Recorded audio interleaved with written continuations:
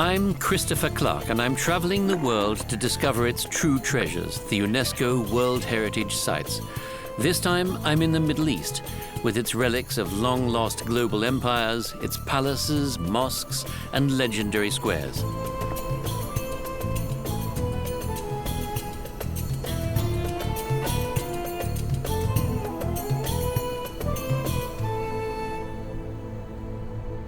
My journey will take me to Isfahan, to Persepolis, Tehran, and Yazd in Iran. But first I'm headed to Jordan, into the desert of Wadi Rum, and to the old Nabatean city of Petra, carved into the cliffs.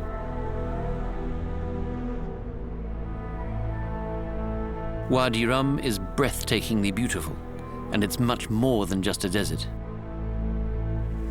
A spectacle of stone, sand, light in a time that seems to stand still. This is the landscape of Wadi Rum. For 12,000 years, the Bedouins and their culture have occupied this place. And what remains today of that long history? That's what I'd like to find out. These desert cliffs are up to 400 meters high. The Arabs call them hisma. When the sandstorms come, it feels like you're on another planet. This valley was created by a geological fault more than 30 million years ago. Even the stars bow down to this land with us, as the Bedouins say. They revere this region. It has been their home since time immemorial, and it's a World Heritage Site. They live in tents that they weave themselves from goat's wool and camel hair. I am a guest of the Bedouin Sheikh, the chieftain of the tribe. The sound of the coffee mortar is an invitation. Coffee is more than a drink to the Bedouins. It came to them on the caravans from Yemen, where the Sufis used it to keep themselves alert during their nighttime devotions. There's an entire ceremonial culture associated with coffee. Assalamu alaikum. And my name is Chris. This is Sheikh Abu Nasr, the chieftain of the tribe, and his brother, who was also his deputy.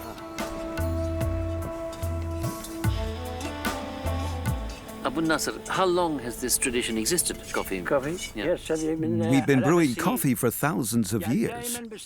It's an important legacy from our ancestors. You will find coffee in every household.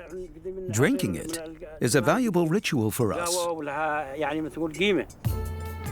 Coffee's more than just a symbol of hospitality. Business deals, negotiations, problem solving, nothing happens without coffee, even within the family. You drink 3 cups, say the Bedouins. The first for your soul, the second for your sword, and the third because you are a guest.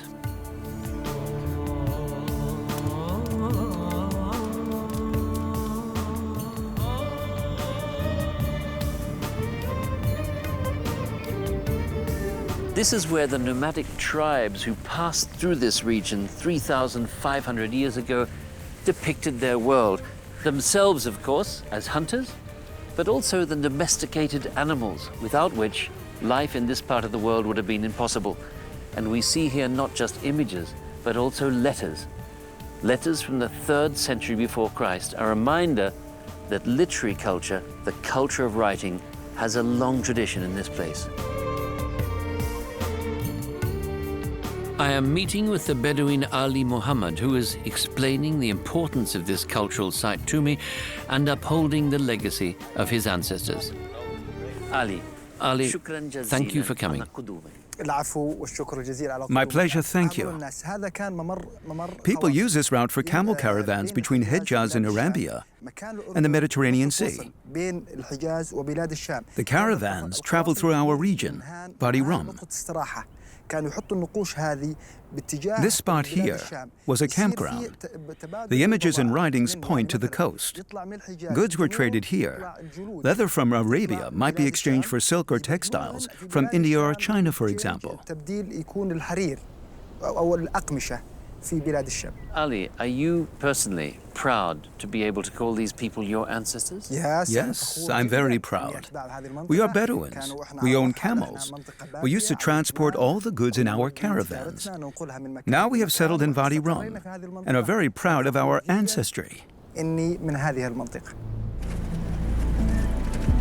When British agent Thomas Edward Lawrence, known as Lawrence of Arabia, was traveling in Wadi Rum, he said that he felt humbled into insignificance by this landscape. And that makes sense to me, and I find it difficult to leave this magical place. But my destination is something of a consolation. I'm on my way to Petra, the millennia-old city carved into the cliffs at what was once the heart of an ancient Middle Eastern network of trade routes.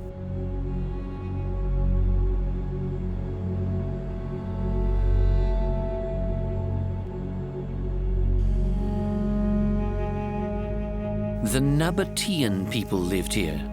Petra was their capital, with palaces, temples, and tombs once lining a processional route.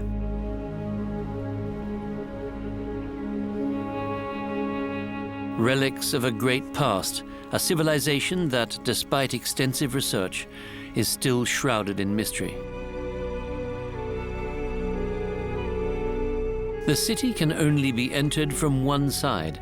At its narrowest point, the path is only 2 meters wide. This narrow access route made Petra impregnable, and some descendants of this legendary people still live here. The Nabateans, people who carved this area here, they start carving the area and the temples in the area here. It's our grandfather. They carved that, and they were Nabateans, but were originally Nabateans. They comes from Yemen to Petra, and to have this area as a capital for them, and that is in 5th or 6th century BC. They do this. It was very famous at the olden time, because at the olden time, in 5th century BC, there were about 20,000 people of Nabateans. They were living here, and they have their palaces, and they have their kings, especially like Aretas the first, and the second, and the third, and the fourth. And they were the kings of the Nabateans.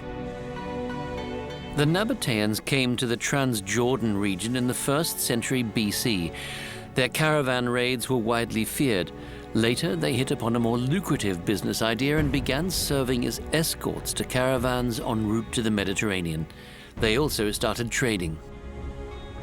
Isn't there something a little surreal or even absurd about the fact that there's an enormous city carved into the rock in the middle of a desert? Petra grew into a metropolis because it was located directly along one of the world's oldest trade routes, the incense road. Incense, myrrh, and spices like saffron, pepper, and cinnamon. Back then, all of these items were as valuable as gold, and they stimulated a flourishing international trade. The Nabateans, who were a bit like the oil sheikhs of the 20th century, transported this precious cargo from the Arabian Peninsula through the desert to the Mediterranean Sea via countless camel caravans. It was a sort of living pipeline. For a long time, it was believed that the Nabateans had left behind a golden treasure trove in Al-Khazne, the treasury hidden deep in the cliffs. The rumor is what lent this place its name. But the treasure was never found, and now we know that in fact this was a mausoleum for a Nabatean royal family.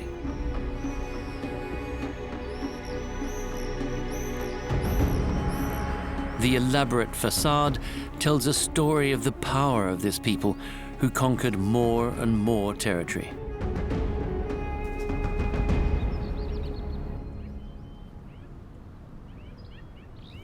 At the pinnacle of their power, the Nabateans even conquered Damascus and laid siege to Jerusalem. But they'd clearly pushed their luck. The Roman Empire was having none of it and summarily annexed their territory. The Nabateans became Roman vassals. The kingdom became the Roman province of Petra. But why did this formerly flourishing mercantile city ultimately fade? In the 3rd century, mercantile cities like Palmyra in Syria rose up as competitors. And on top of that, Petra was hit by multiple earthquakes. No one knows exactly why the city was abandoned, but we are learning more and more about the architecture of this place, which is being explored on behalf of UNESCO by archaeologists like Giorgia Cesaro. The style was very much influenced by the Hellenistic style coming from Greece. In fact, the Nabateans were merchants, so they were trading with the Greeks at the time, and they imported also some of their architectural styles. So of course there were also local features.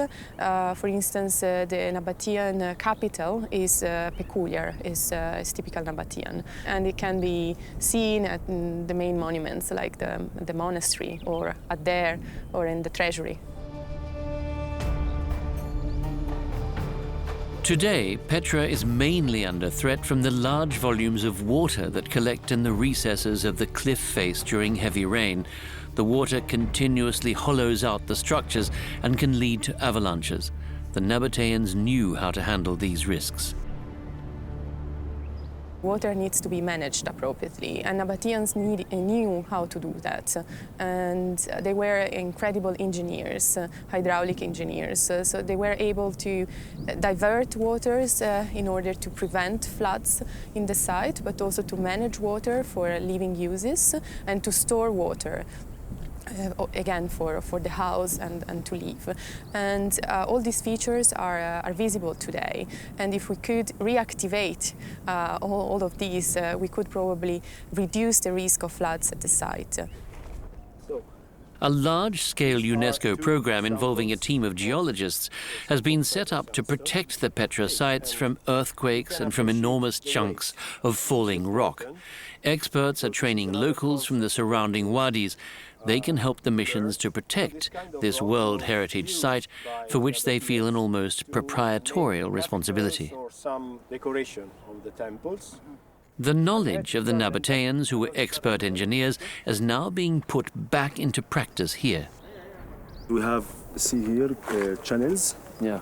We need repair or restoration the channels for the water, because some water go from up there to the wall, to make some damage in to save this is wall to save this structure.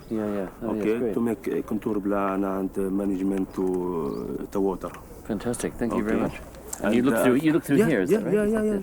Yeah. Okay. Of course. If I can see right into that. And this is also how they search for loose pieces of rock that are on the verge of falling and causing damage during the next storm. Thanks to these special techniques, loose rocks can be encased and secured. It will take many years to complete this work, but in the end, it will help to preserve this World Heritage Site for generations to come. How many anchors you put it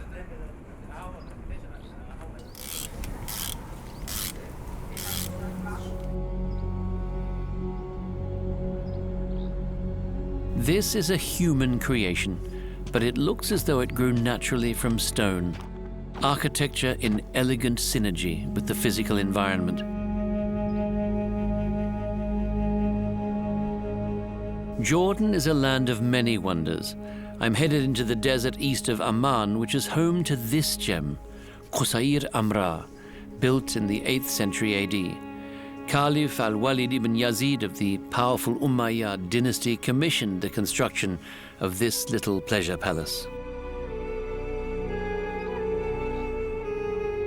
But why here, of all places, in the middle of a desert, where at most you could expect to have a few Bedouin families as neighbors? In the Middle Ages, the German Kaisers traveled from Palatinate to Palatinate, and the caliphs of the Arab world did much the same. They would relocate their entire court along with them every time they had to travel in order to demonstrate their power to the various Bedouin tribes within their often enormously extensive territories. This lovely spot, a little desert palace, is only about the size of an average 3-room apartment, about 80 square meters. But a whole universe was contained within this space, the world of the Umayyads, the first powerful rulers in the history of Islam. Assalamu alaikum. Wa alaikum salam. The frescoes in this treasure chamber are unique. They were painted into the fresh plaster. The images depict the joyful, hedonistic quality of life at an early Islamic court.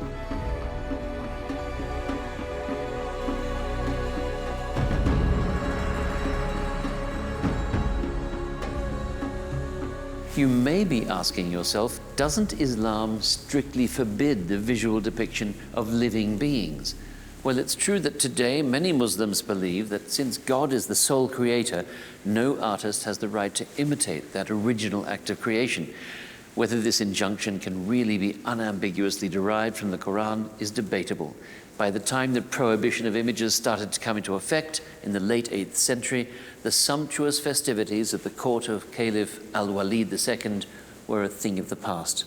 As for what went on in this bathhouse back then, I'll leave that up to your imagination. These frescoes offer extraordinary insights into early Islamic art. One inscription reads, "May Allah make Al-Walid ibn Yazd virtuous." Perhaps there was a reason for that. In any case, it's clear that Al-Walid had his pleasure palace built when he was still a prince, and he definitely made use of it.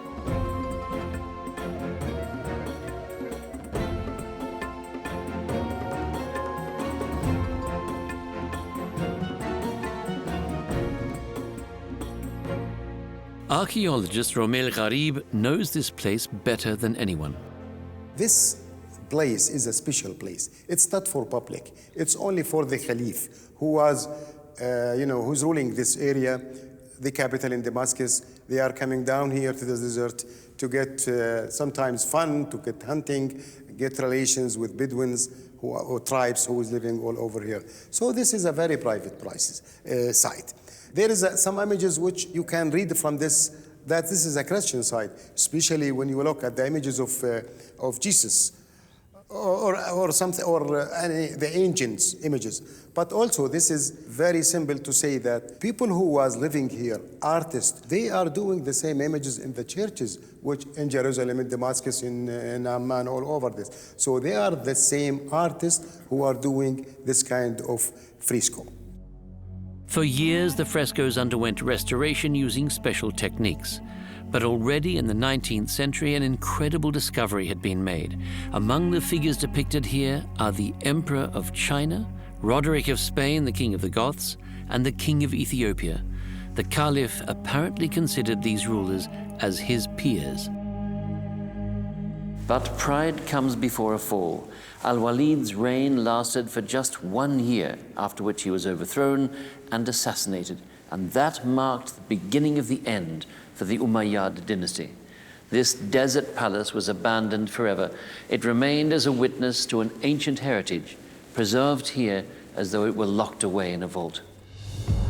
I'm on my way to visit what remains of the hub of one of the great civilizations of the ancient Middle East.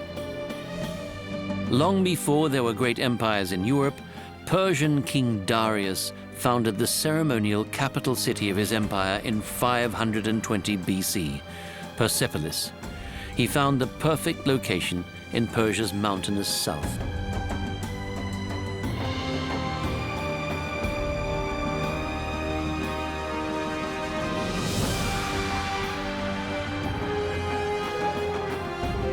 The old Persians called it Parsa.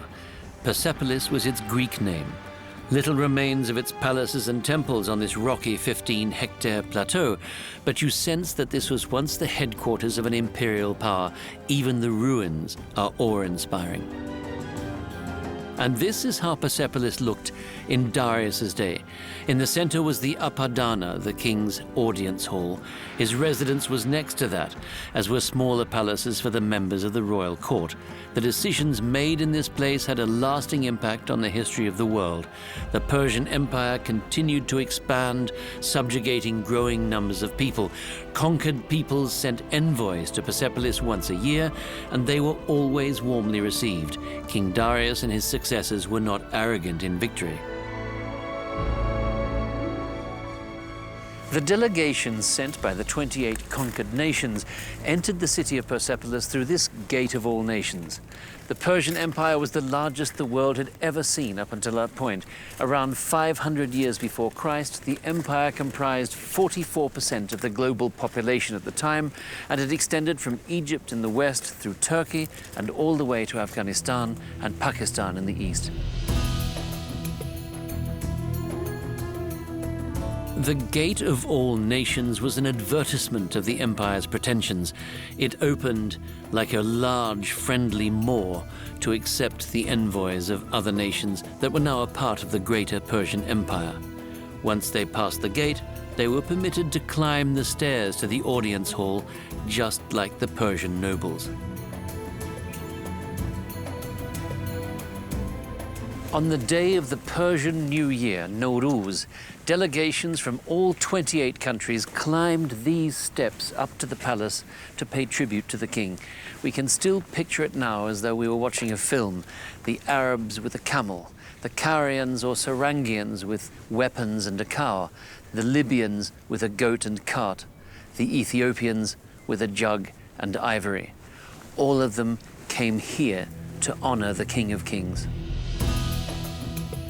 At the eastern stairs of the Apadana Palace, you can still make out the courtiers in the incredibly detailed reliefs. They're over 2,500 years old. Some archaeologists believe that the emperor invited Greek artists to create these depictions. The differences between the delegations and their cultures are clearly visible. These images show only harmony and peace. There are no representations of strife or war.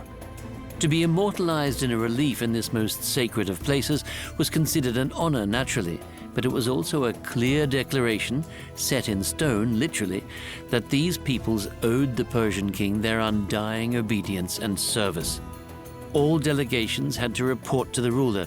This was how he held together an empire made up by such diverse parts of the ancient world. And the monumental Apadana was the place where they all came together, the center of the king's empire.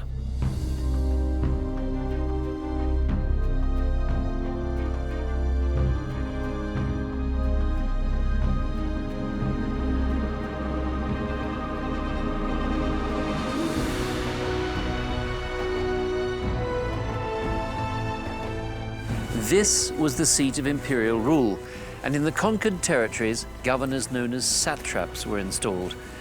Just like the Romans, 1,000 years later, you might be thinking. But there is one important difference here. The Roman emperors wanted their subjects to identify with Rome, to become Roman. The Persians too were absolute rulers. They referred to themselves as Shahanshah, or King of Kings. But unlike the Romans, they permitted diverse religions and cultures in their empire. In fact, they were proud of that diversity.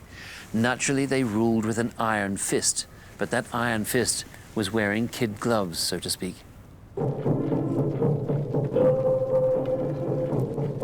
In October 1971, the Shah at the time, Reza Pahlavi, celebrated the 2,500th anniversary of the Persian monarchy in Persepolis.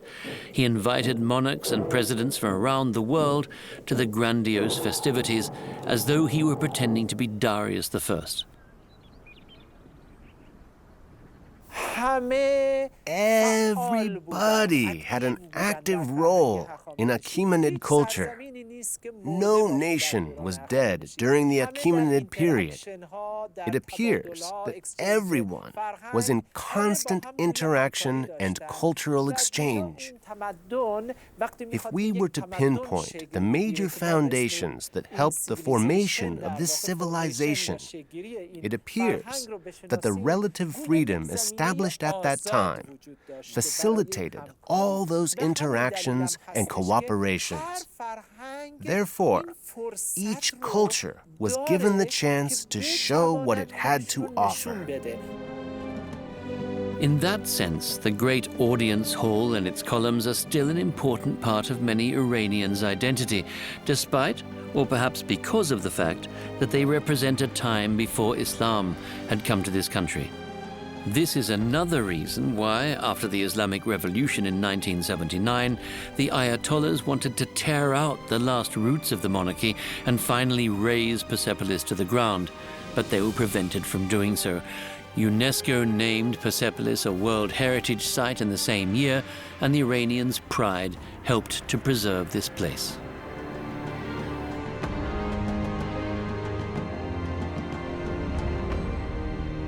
Of course, the Persians weren't merely kind-hearted philanthropists. If they had been, they wouldn't have waged bloody wars or conquered so many nations.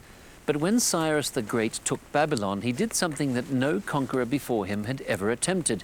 He refused to create a regime of fear or to enslave his new subjects. He tolerated all of their customs, traditions, and languages, and he freed the Jews from Babylonian captivity and ensured that they could return to Jerusalem and rebuild their ruined temples. With this act, Cyrus the Great earned himself a place in the Old Testament of the Bible. And it was in Babylon, too, that a more than 2,000-year-old object was discovered, which, at first glance, looks like a terracotta rugby ball. But the engravings on this object, known as the Cyrus cylinder, are actually something like the first charter of human rights. The cylinder has been compared to the English Magna Carta or the American Constitution. The cylinder reads, "I declare today that every person is free to practice any religion they desire and to live where they please on the condition that they do not infringe on the property of others." Some tombs of the kings of Persia are carved deeply into the rock, but sadly it seems as if they've taken with them the idea of tolerance and respect for other cultures and beliefs. There are, of course, many downsides to empires. They're forged in war and they rule by force. But in order to survive, an empire also has to secure the allegiance of many peoples representing more than one ethnicity, language, and religion. Persepolis continues to act as a reminder of one of the most powerful world empires, and it's a source of pride for Iranians who remember that their country once hosted this most civil of ancient civilizations, a civilization whose descendants extended into the modern era. Here in Persepolis, you find inscriptions all over the ancient ruins, and they stem from different historical periods. This one is 1,700 years old. It comes from the Sassanid era, and it marks the visit by one of the satraps of the Shah, a certain Shahpur, the visit that he made to Persepolis about 1,700 years ago. And of course, he's wanted, with this inscription, he's sought to connect his name with the prestige and the value of this place. And here, on the other hand, we have an inscription from the 19th century, from the year 1876 to be precise, when the ruler of that time, Nasr-ed-Din Shah, came to Persepolis. And this inscription marks his visit. But what's interesting about this particular inscription is that in 1979, at the time of the Islamic Revolution, the name of that ruler, Nasr-ed-Din Shah, was removed. It's been chiseled away by a supporter of the revolution. And over here, the same has happened with the formula Shahenshah, King of Kings, because after that revolution, this figure in particular, Nasr-ed-Din Shah, had become an unperson. He was no longer wanted. The memory of him was to be erased. He was irrelevant. And then, in the middle of the First World War, Sergeant Lucas of the 21st Lancers inscribes his way into world history with this very simple piece of graffiti. It's the presence in one place of all these layers of time that's so fascinating. It almost makes you dizzy. The glories of Persepolis were already a thing of the past when Alexander the Great defeated the armies of Darius III in 331 BC. Alexander marched into Persia and committed a supreme act of vandalism when he entered Persepolis and put the city's magnificent buildings to the torch. It's widely believed that he did so as revenge for the partial destruction of the Acropolis in Athens by the Persians.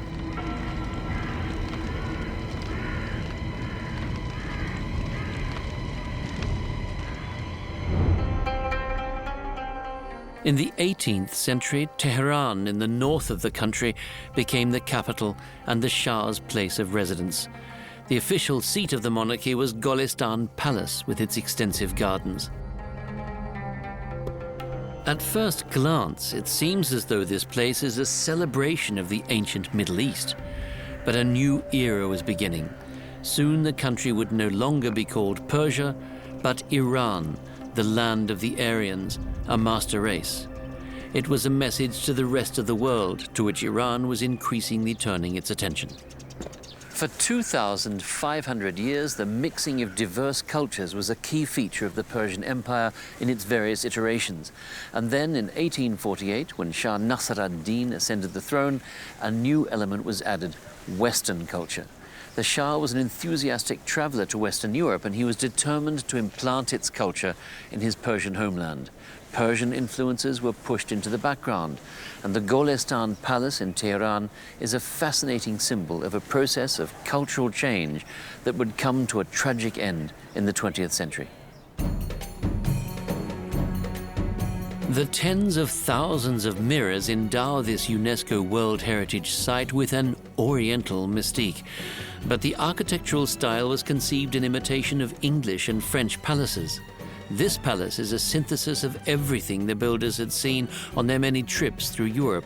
Alienated from their own traditions, they wanted to play cultural catch-up. English paintings and French porcelain were essential.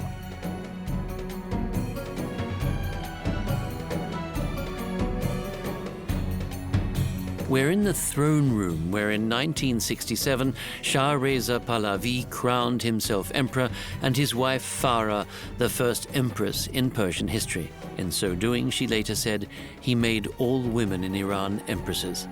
The monarch, a determined and authoritarian ruler, initiated reforms that did not sit well with the deeply religious members of his society. Islam was also undergoing a process of revival and intensification in the country, and many Iranians felt that the Shah's interest in the West represented a threat to their values. This process had already begun under the Shah's father, who was also named Reza and resided in these rooms.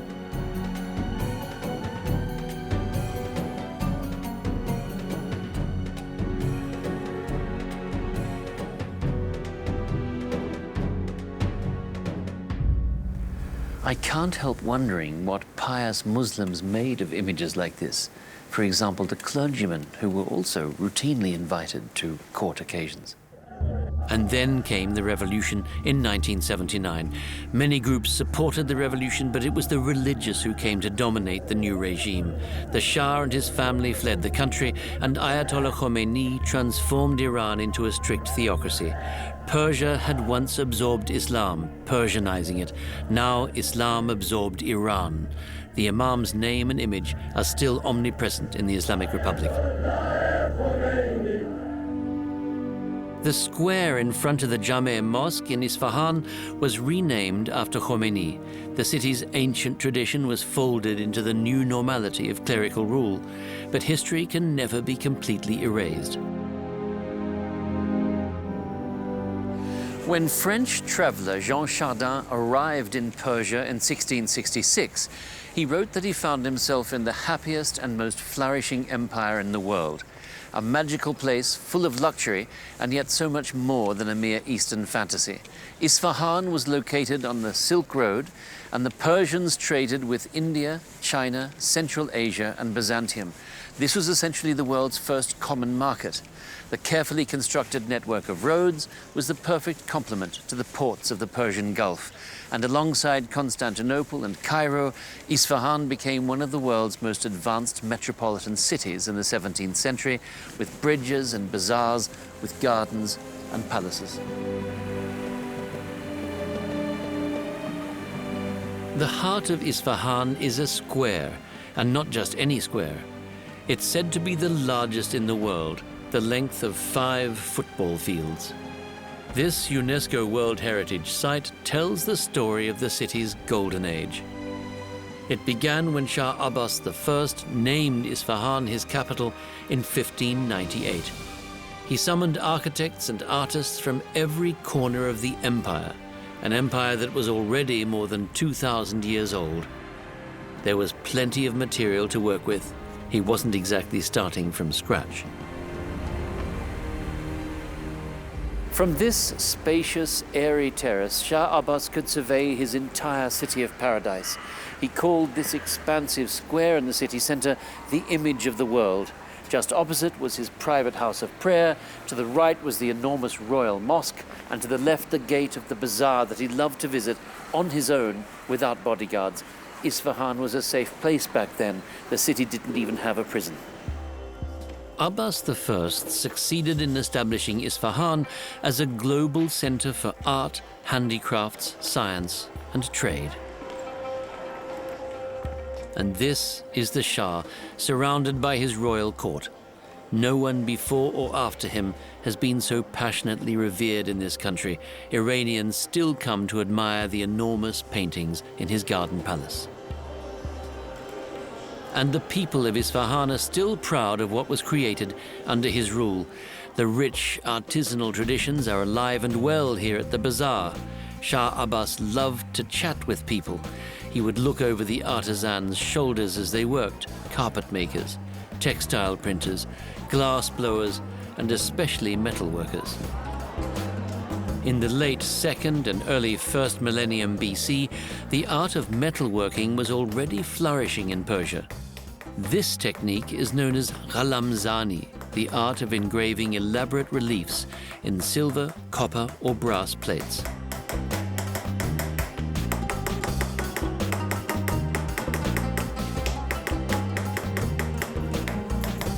Salam. Haletun chetore? Almost all of these objects have very elaborate patterns on them. Are these patterns, do they have a meaning, or are they just decoration? Oh, no. These are ancient Persepolis patterns. This here, for example, is an old Persian king. Dariush. Yes. And these are his soldiers. And the deity Ahura Mazda. Ahura Mazda. Isfahan is a center of metalwork and of engraving, but also of many other handicrafts. Why is this city such an important center for handicrafts? How did it become that way? Because since ancient times, Isfahan has been the home of great Iranian kings. The main road connecting different parts of the world passed through Isfahan, and it was a center of trade. Merchants from all over the world came to Isfahan. All sorts of handicrafts and other things could be found in Isfahan. This is how Isfahan became a cosmopolitan city. Shah Abbas also commissioned the construction of this bridge. People from other cultures crossed it to enter the city. Muslims, Jews, Zoroastrians, Christians, and people of other faiths managed to live peacefully side by side in this place. Even today, Isfahan still radiates tolerance and a zest for life.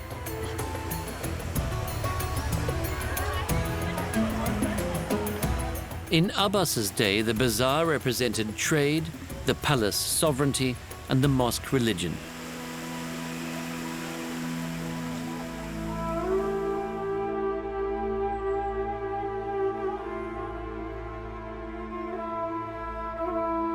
Today, the 11th century Jame Mosque is also a UNESCO World Heritage Site. It is the mother of all mosques in Iran and the largest one in the country.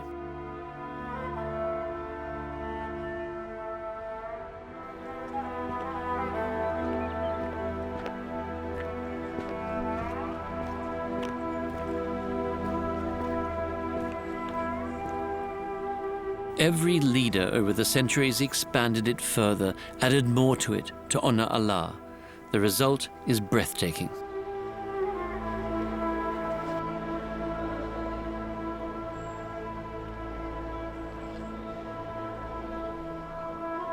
The Shah, who incidentally was born in the same year as astronomer Johannes Kepler and painter Caravaggio, invited craftsmen and artists from around the world to Isfahan.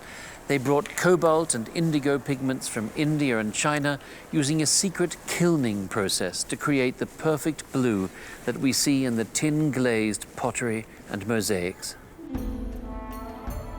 Quran verses are harmoniously interwoven with patterns from nature.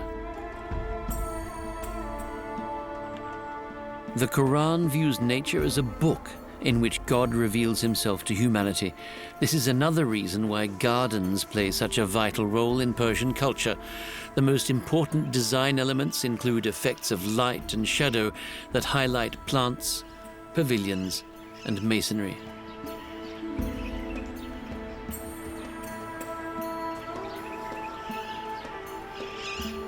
Gardens was so important to Persian culture that the old Persian term paridaida, which was synonym for garden, became the word for paradise in many other languages.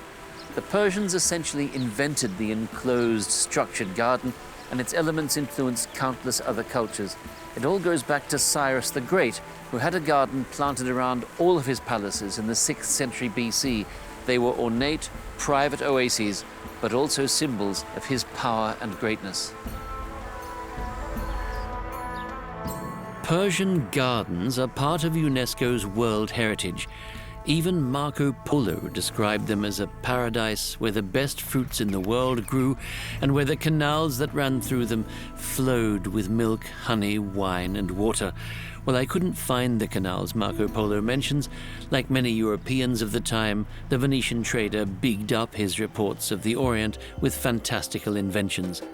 Today, our image of the Middle East is shaped more by media reports of extremism, political tyranny, and mass migration.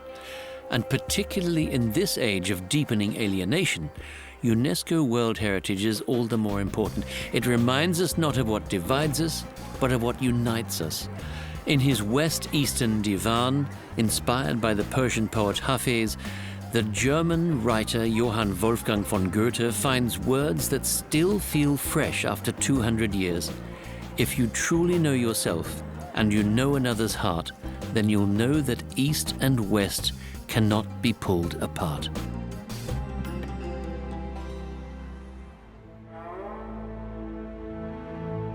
I'm on my way to the remote city of Yazd in the barren heart of the country. Approximately 1/6 of Iran is desert, and the Iranian deserts are legendary, the hottest and most arid areas of the country. There's very little humidity, rain is rare, the weather is extremely hot in summer and cold and dry in winter. But there's a lot of beauty in these desert regions. Some areas are dominated by dunes. The deserts of Central Asia and the subcontinent are mostly sand-covered. But the largest impassable area lies on the Iranian plateau in southeastern Persia.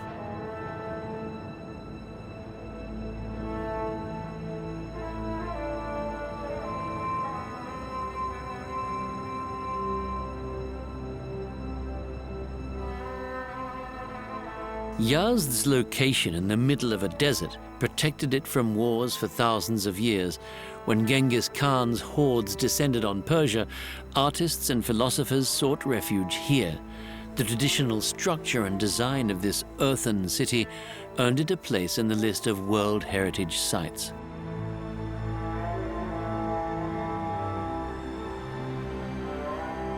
The city of Yazd is located in the Vavre Desert, close to the ancient spice and silk roads. The people here found ingenious ways of making do with the scarce resources available in a desert region. Water flows into the city through a sophisticated system of pipes and channels. Modernization has so far spared this remarkable city.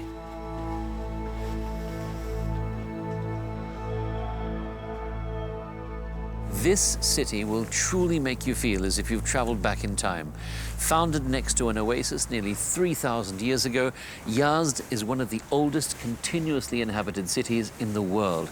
Its architecture is perfectly adapted to the hot climate here in the middle of the desert. Even today, many buildings are constructed using clay bricks, and the city's residents still benefit from the ancient wind towers constructed on top of residential homes and above cisterns. In fact, they are part of a centuries-old air conditioning system. It's a very clever design, and I want to take a closer look. The landmark wind towers jut out above the city, shaping the skyline.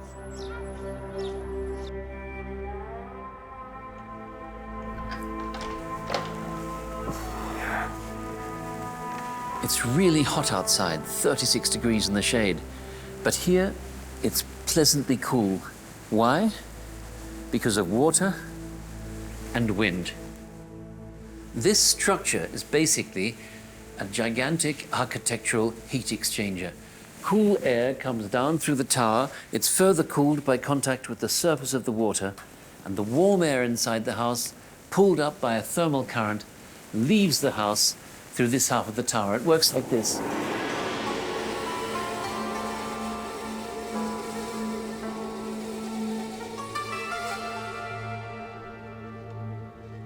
The water required for this system comes from the high mountains nearby. Deep below the Jume Mosque of Yazd is the entrance to a system of channels that was constructed back in the 5th century and provides the city's water supply. It's a technological masterpiece. A whole network of these channels, known as qanats, extends like a spiderweb from Yazd into the surrounding country. This system also became the standard in other parts of Iran very early on. It too belongs to the UNESCO World Heritage.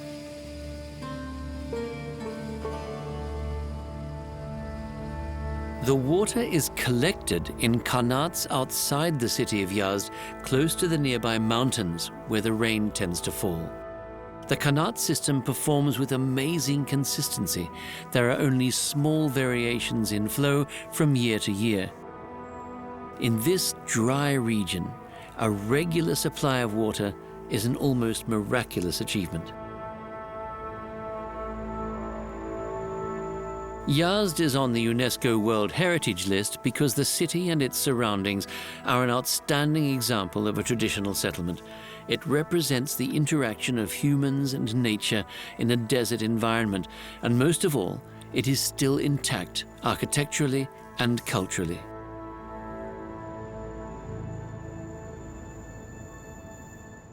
Today, Yazd remains an important center of a religion that emerged nearly 3,000 years ago and is said to have been founded by Zarathustra, a Persian poet and philosopher.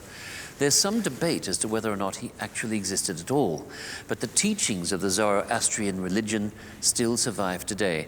They focus on the battle between good and evil, between light and darkness.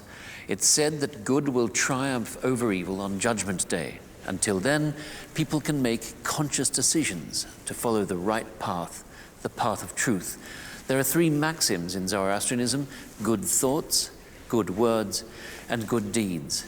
Mozart picks up on these themes in his most famous opera, The Magic Flute, when Sarastro sings, "In diesen heiligen Hallen kennt man die Rache nicht. Und ist der Mensch gefallen, führt Liebe ihn zur Pflicht." It's said that Zarathustra guards a flame in the Zoroastrian temple that has burned continuously for 1,550 years as a symbol of light and goodness. In addition to the temples, the country is dotted with dakhma, or towers of silence, the most striking architectural evidence of Zoroastrian belief. One commandment of Zoroastrianism dictates that the earth be kept pure. So, in order not to pollute the ground, the bodies of the dead were kept in these towers of silence outside the city.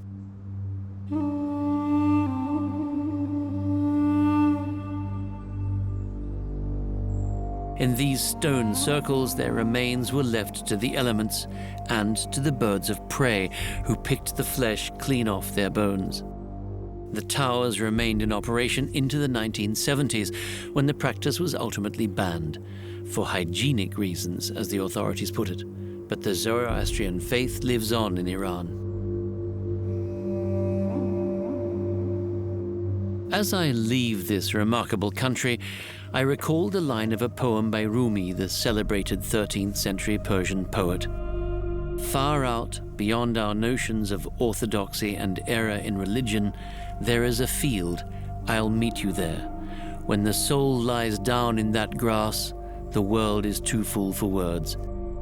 Here was a Muslim poet proposing that the foundation of faith lay not in a specific religious code, but in the compassion and love between humans. It sounds radical today. Rumi came up with it 700 years ago. For modern Europeans, the Middle East is both a politically contested region and a fantasy of sensuality and opulence. What we actually find here are the relics of great nations and civilizations and political cultures united and divided by religion. The UNESCO World Heritage Sites are interesting because they show us what has stood the test of time. Places recalling a world of diversity and sometimes of tolerance. Places of memory, but also, maybe, points of departure for a better future.